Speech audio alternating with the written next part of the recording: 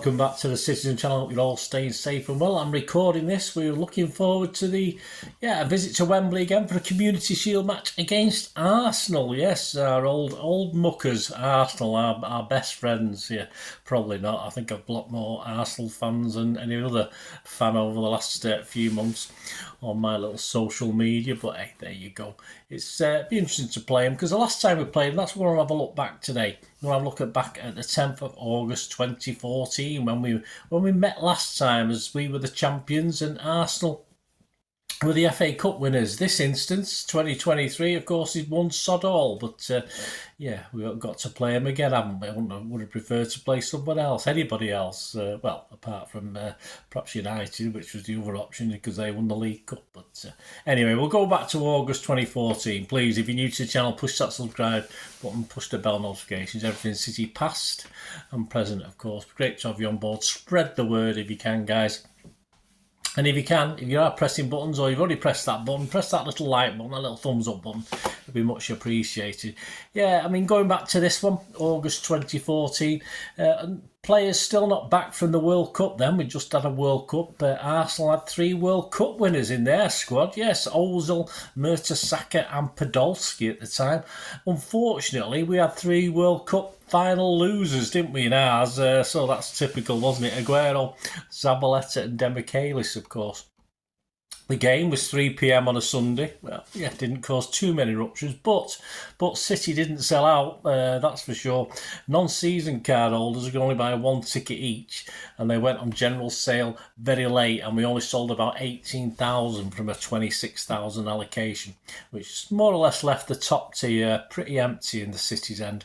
Outnumbered in the stands, and Pellegrini would put or be forced to put out a pretty weak team against a reasonably strong Wenger Arsenal team at the time. Of course, City were reigning Premier League champions. Arsenal, the previous year's FA Cup winners, beating Hull 3-2. Yeah, didn't Hull take a 2-goal lead or something in that? I can't remember now, probably very quickly. So they beat Hull after extra time. And that was their first trophy in 9 years. So yeah, they'd gone a while. The lineups on the day, yes, Arsenal was Szczesny, Debuchy, Chambers, Koscielny, he was replaced by Monreal on 45 minutes. Gibbs, Arteta was playing for Arsenal. Squad number 17 was Sanchez. He was replaced by Oxlade-Chamberlain on 45 minutes. Ramsey was replaced by Campbell on 86 minutes. Wilshere was replaced by Flamini on 68 minutes. Cazorla was replaced by Rosicky on 70 minutes. And Sanogo, was replaced by Giroud on 45 minutes, and their unused subs was was E. Martinez. Yes, that was it. Just the one guy didn't get on. What about City? What was our team like? We were Caballero, Clichy, Boyata, Nastasic, legends. Kolarov, he was replaced on 76 by old Micah Richards. Navas, he was replaced by Sinclair on 85 minutes. Yaya Toure was replaced by the other legend, Zuccolini, on 60 minutes. Fernando Nasri replaced by Silva on 45, David Silva, of course. The Jovetic, and we had Dzeko, he was replaced by Mr. Milner on 60 minutes. And our unused substitutes were Mr. Hart and Rekic, old Rekic, yeah. So over, as I do sometimes, I look for a match report, and I always like to go over, where possible, to the King of the Kippax. And I'm going to go over to King of the Kippax issue 217, and Mr. Sean Riley for his version, his decision on the game and write up on the game, if you like. Pre-season, I'd seen us secure the services of Sagna, Caballera, Fernando, Zuccolini, Lampard on loan, and the Mangala deal was imminent. At the same time, we said goodbye to Lescott, Pantilimon, Rodwell, and surely there'll be more to follow with Garcia, Rodwell, Sinclair and Micah touted as being certs to go, or not perhaps.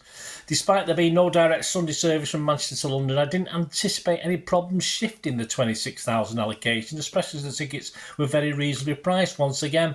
But we never do things the easy way. Fans who weren't season ticket holders could only buy 1 ticket, and it didn't go on general sale until very late on. by which time it was too late. So Arsenal had 50,000 fans in the stadium. We were on about 18,000. When I heard the team news, I'd already resigned myself to looking at the strength of their starting 11 in comparison to ours. I'm thinking we'd already conceded the game before a ball had been kicked. Caballero was handed his full competitive debut, as with Fernando. The back four consisted of Clichy, Boyata, Nastasic and Kolarov. Hey, we could have won things with that back four, couldn't we? Yaya was standing captain in the absence of company. Jovetic and Eddie were up front with the supply coming from Navas. Don't get me wrong, it wasn't our weakest team, but the balance didn't look right. My fears were confirmed in the first half as we struggled to get to grips with an Arsenal side who clearly had one thing on their mind: they were going all out to win the Shield. Our shortcomings in defence were exposed on several occasions, two of which resulted in goals for the Gunners. I thought Willie was a bit slow on the first one. I don't recollect us testing their keeper once during the first half, which was deeply disappointing to everyone who made the effort to get down to the game. Sammy Nasri ran the gauntlet once again from the fans who once idolised him, and they succeeded in throwing Sammy off his game. A great shame, but the fellow is only human. When you have to deal with a baying crowd, it can go either way.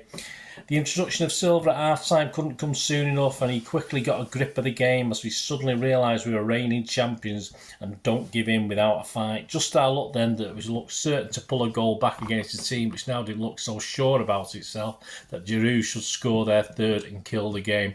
A speculative shot which caught Willie just off the line dipped under the crossbar and in. Zuccalini, Sinclair and Mika were all thrown into the fray, but only Silva and Kolarov really impressed. Jovetic was unlucky not to score as his header came back off the foot of the post. He tried really hard, but more often than not found himself surrounded by a posse of Arsenal shirts and very little support to back him up. It was a case of too little too late. Silva was by far away our man of the match and had only been on the pitch for 45 minutes. City fans, understandably subdued apart from the odd cry of defiance. I wasn't too keen having to stomach a belly full of load of JCL Arsenal punters. It is times like this you want the players to be up in the stands and experience what it's like to be on the receiving end. Thankfully, this is a relatively rare occurrence nowadays. Still isn't. Every City fan I know will accept defeat. We go down fighting, but there was very little sign of that on the pitch. And with the cost involved, the last thing we wanted was to lose tamely to Wenger of all people. The bloke who spends as much time moaning about us as he does concentrating on his own team. For that reason and the years of getting nothing off Arsenal, on or off the pitch, I desperately wanted to put in a good performance and bring the Shield back to Manchester.